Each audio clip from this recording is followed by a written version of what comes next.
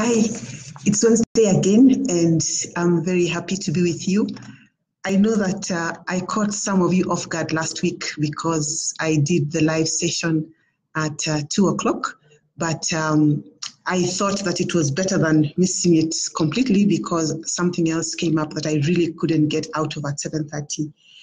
Anyway, I hope you've been keeping warm today. It was much warmer than it has been this week, but I have a feeling that, that's just one day out of the blue in this Nairobi winter. So welcome again. Today we are on chapter 7 of my dream journey book. And we are talking about, the little things that you let into your space and then spend time and energy trying to get rid of. And to begin, I'm going to ask you a question. Have you ever slept with a mosquito?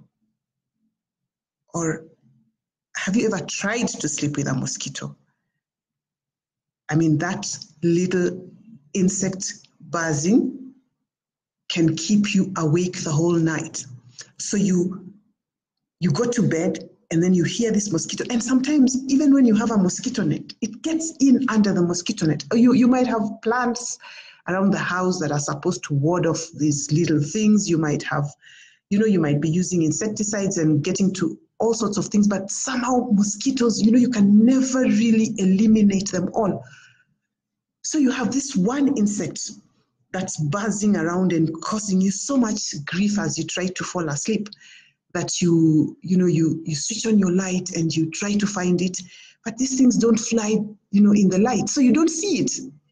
And then when you switch the light off again and you try to fall asleep, you hear it buzzing and you can feel it getting close to you and you try to swat it away or to kill it or whatever it is. And if you miss it, you can have a really miserable night. That thing just will not allow you to sleep. So while you're supposed to be recharging your batteries, you are instead fighting this little thing that has gotten into your space. It's the same with flies. Imagine if there's a fly, all over the place and you're trying to do something, but you keep trying to swat it away. And sometimes you even start imagining all the things that a fly brings with it. And that can really put you off certain things. So flies, mosquitoes are symbolic of things that get into your space and take over. You must spend time and energy. You must get rid of them if you want to get ahead with whatever it is that you wanted to do or whatever it is that you planned to do or whatever it is that you prefer to do.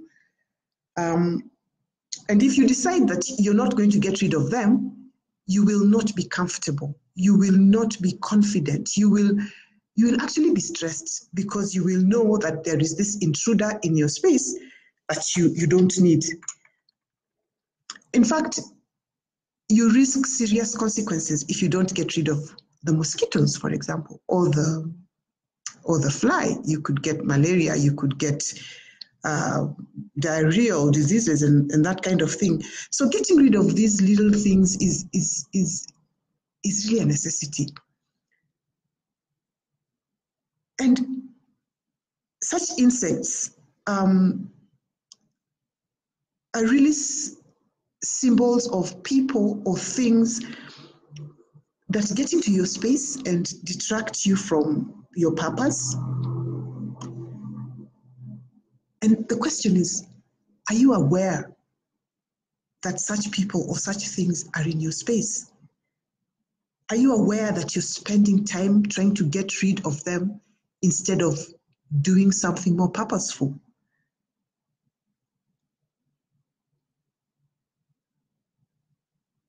If you spend all your time trying to get rid of these people, you might end up having nothing to show for the time that you have spent. I think the irony is that these insects or these people or these things that I'm talking about are usually small. So you may think that not getting rid of them will not really do you that much damage, or you may think that because they are so small, you couldn't be bothered with them, but they do in fact cause considerable damage. I mean, just think of what a sleepless night does to your concentration the following day. So if you find that you have people in your space that somehow just nudge you a little bit off the road that you want to take, I mean, they're not pushing you off completely, but somehow whenever you spend time with them, you come out of that interaction thinking that maybe they nudged you into making a decision that you didn't really want to make, or that you didn't really need to take, or that you don't really agree with. Then you need to stop and think about how you can get rid of these people from your space, or these things from your space. Because much as they are small, or they may appear small, collectively, taken together over a period of time, they can add up to habits and behaviors that completely take you off the course that you would like to be on. You sort of know that this person or this group doesn't really align with your values, doesn't really align with your desire, doesn't really help you, but for some reason or another, you just don't stay away from them. This is cause for concern. And the annoying thing is that this person or this thing is not necessarily more powerful than you, is not necessarily someone or something that you cannot say no to. You just don't, or you just haven't. And if you don't say that no, if you don't get rid of this person, if you don't get rid of this thing, you're not applying yourself fully to whatever it is that you desire. You're actually compromising that growth that you desire. And this situation manifests itself also as things that we start and don't finish. As the hymn goes, the graces we resist. The good fortune that comes your way, but because your hands are full, your plate is full, you cannot receive them, and you have no space for them, you have no place for them. And so they pass. So the good fortune passes, the opportunity passes, the chance to do good passes, the chance to make a decision finally passes. And again, it may not be a big thing, but cumulatively, these little things that you don't finish actually eat away at your energy. And often we are not conscious of them. So in the book, there is an exercise that can help you try to tease out these things. It asks you to just take a few minutes and think about things that in this moment you can identify as things that are unfinished, things that you've started and are still, undone, unfinished, or perhaps things that you've been planning to start and you haven't yet started, and just make a list of those things. What you're likely to find is that they're not necessarily big things, and you could easily get rid of them or clear them out quite quickly without too much energy. But because they are many, cumulatively, they suck out your energy, and especially subconscious energy, and that can get in the way of your journey. It can get in the way of your dream. It can get in the way of your purpose, or wherever you're driving to. These collective unfinished things can actually get in the way. So what unfinished business do you have that you need to wrap up today, tomorrow, next week? Clear it, finish it, drop it, close it. Create room for something new. Create space for what you really desire. Create energy for what is more meaningful for you. Stop getting into, a fight that you must win, yet after you win it, you have nothing to show for it. It's a really meaningless fight. If we go back to the example of the mosquito, Okay, yeah, so you get rid of it. You have some blood on your hands. You will gain good sleep. That was your right in the first place.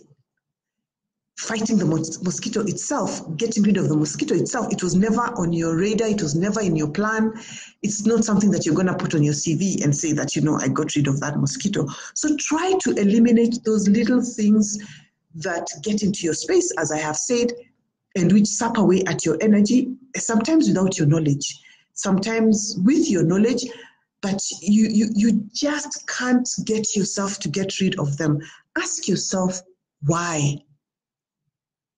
Get rid of them, finish them, close them, create room for new stuff. As they say, if your plate is full, you cannot, add that nice piece of chicken that comes after you have served everything. You must get rid of something. So these flies, these mosquitoes, these unwanted little things that crowd themselves around you are taking energy from you, even if you're not conscious about it or even if you're not aware of it.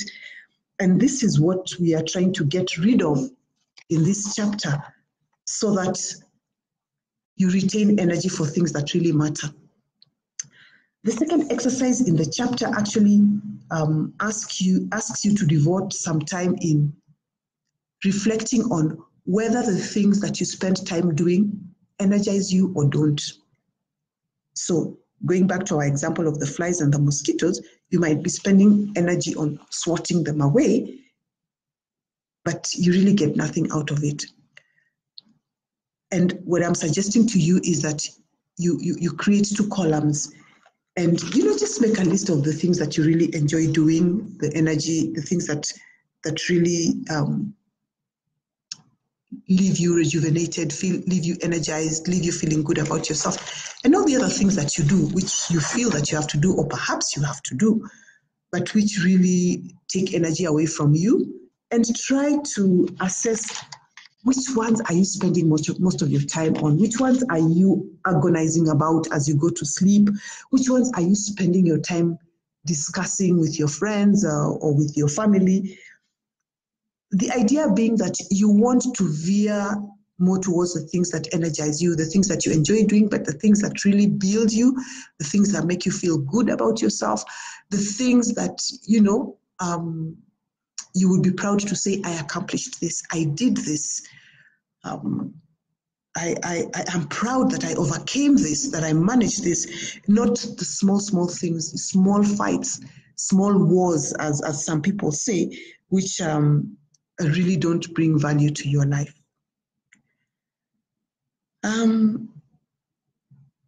That's really it from me, unless you have a question.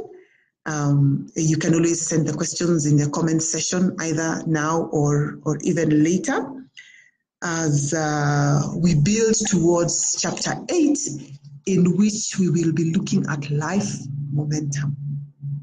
Thank you and have a good night.